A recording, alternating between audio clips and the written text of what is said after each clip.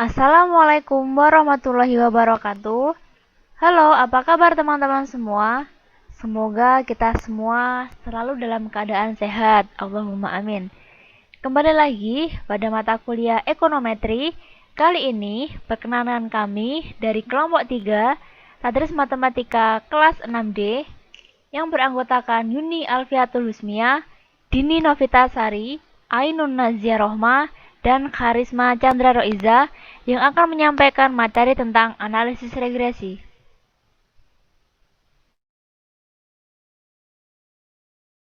Yang pertama, pendahuluan. Hubungan antar variabel pada umumnya berkisar pada dua hal sebagai berikut. Yang pertama, dari bentuk persamaan yang sesuai guna menduga rata-rata Y untuk X yang tentu atau rata-rata X untuk Y yang tertentu. Persoalan ini dinamakan persoalan regresi.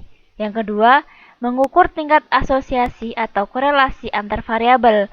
Tingkat asosiasi ini tergantung pada pola variasi atau interrelasi yang bersifat simultan atau bersama-sama dari variabel-variabel yang bersangkutan. Persoalan ini dinamakan persoalan korelasi. Kemudian, apabila dua variabel X dan Y mempunyai hubungan sebab dan akibat, maka nilai variabel X yang sudah diketahui dapat digunakan untuk meramalkan Y.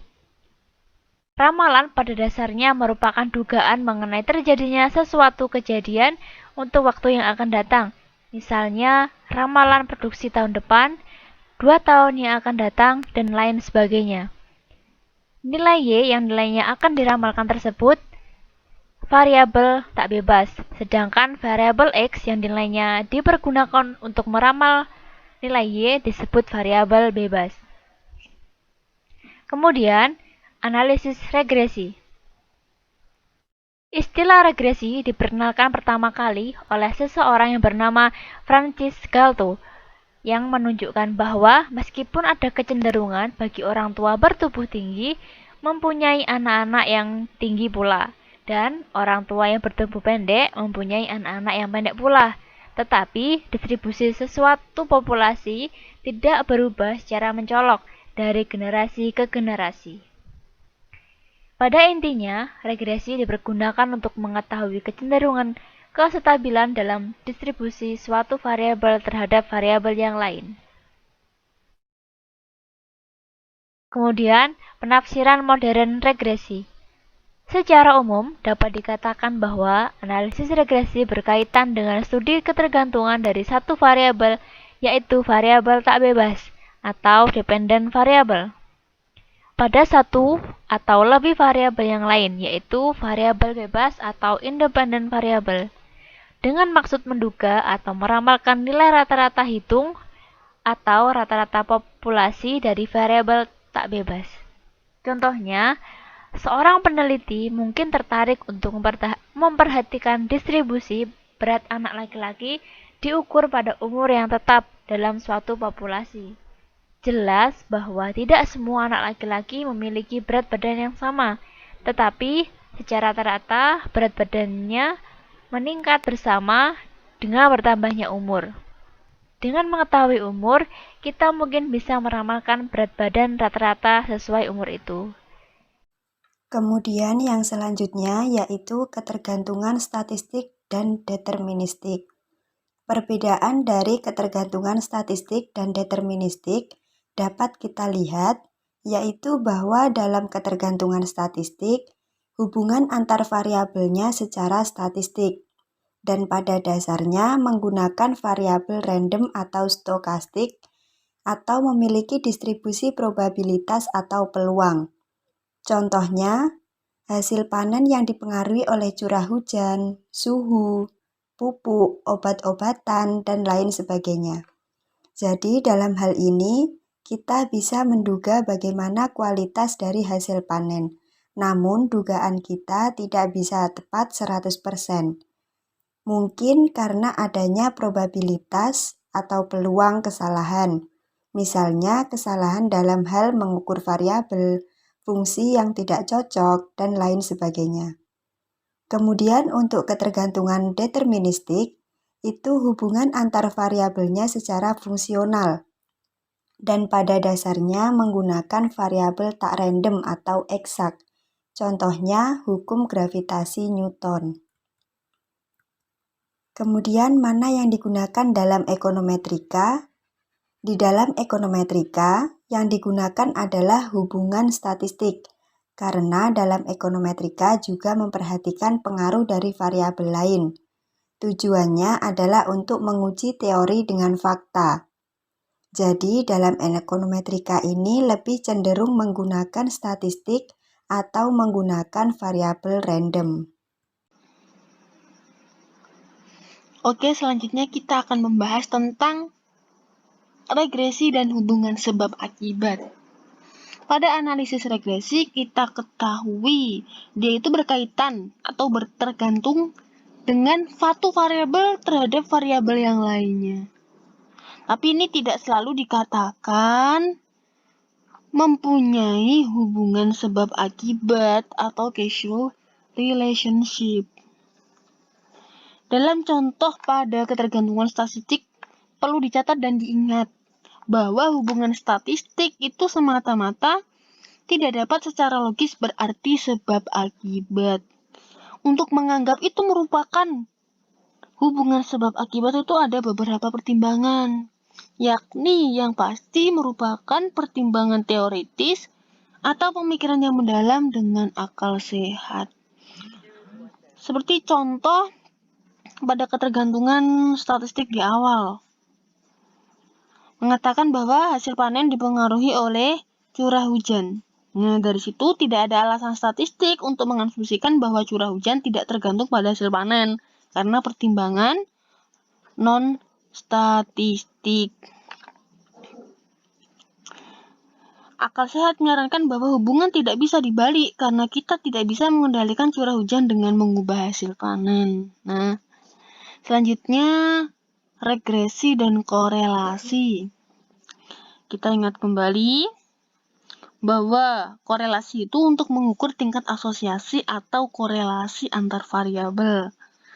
Kalau regresi untuk menduga rata-rata Y untuk X yang tertentu atau rata-rata X untuk Y yang tertentu, di mana X adalah variabel bebas yang mempengaruhi Y, yaitu variabel tak bebas. Analisis korelasi adalah suatu analisis yang bertujuan untuk mengukur derajat hubungan linear antar dua variabel. Kalau dalam analisis regresi, kita dapat melakukan lebih daripada itu. Di sini pada analisis regresi, kita bisa menduga atau meramalkan nilai rata-rata suatu variabel atas dasar nilai yang tetap dari variabel-variabel yang lain. Yang kedua, pada analisis regresi itu ada asimetri cara bagaimana variabel tak bebas dan variabel bebas diperlakukan.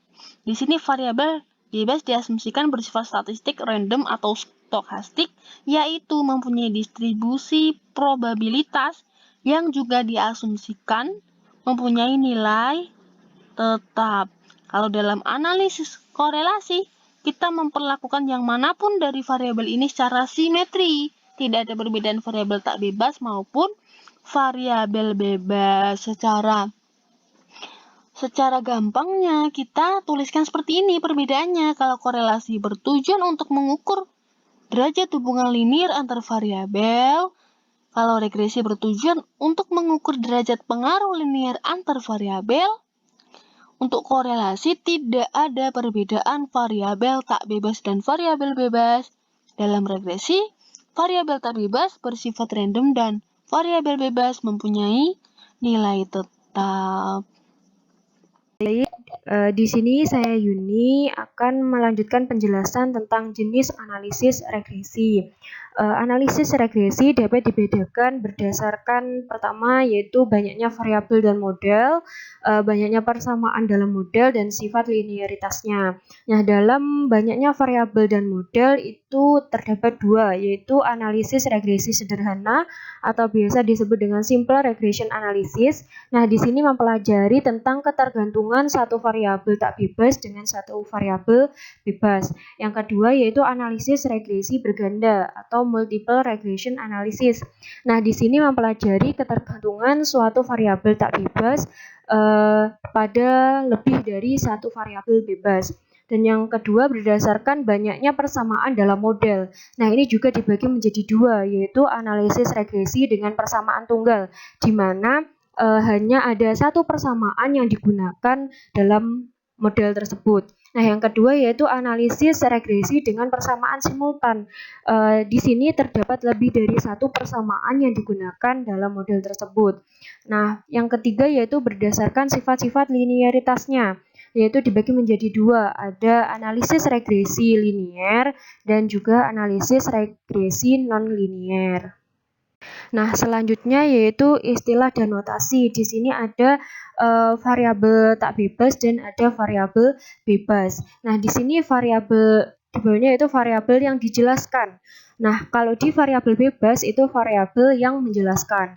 Jika di variabel tak bebas itu yang diramalkan, jika di variabel bebas itu adalah yang peramal. Kalau di variabel tak bebas itu yang diregresi, kalau di variabel bebas itu yang meregresi. Dan kalau di variabel tak bebas itu tanggapan, kalau di variabel bebas adalah perangsang atau variabel kendali. Selanjutnya yaitu adapun notasi yang digunakan dalam analisis regresi adalah sebagai berikut. Yang pertama yaitu Y besar atau biasa disebut dengan variabel tak bebas. Ada X besar yaitu variabel bebas. Ada juga XK yaitu variabel bebas ke K. Dan juga ada I atau T. Ini menggambarkan pengamatan atau observasi. Dan juga ada XKI atau XKT yaitu pengamatan ke I atau T atas variabel XK. Ada juga N besar yaitu jumlah total pengamatan nilai dalam suatu populasi. Nah, selanjutnya ada N kecil yaitu jumlah total. Sekian pemaparan materi dari kelompok 3. Bila ada kurang lebihnya kami mohon maaf. Wassalamualaikum warahmatullahi wabarakatuh.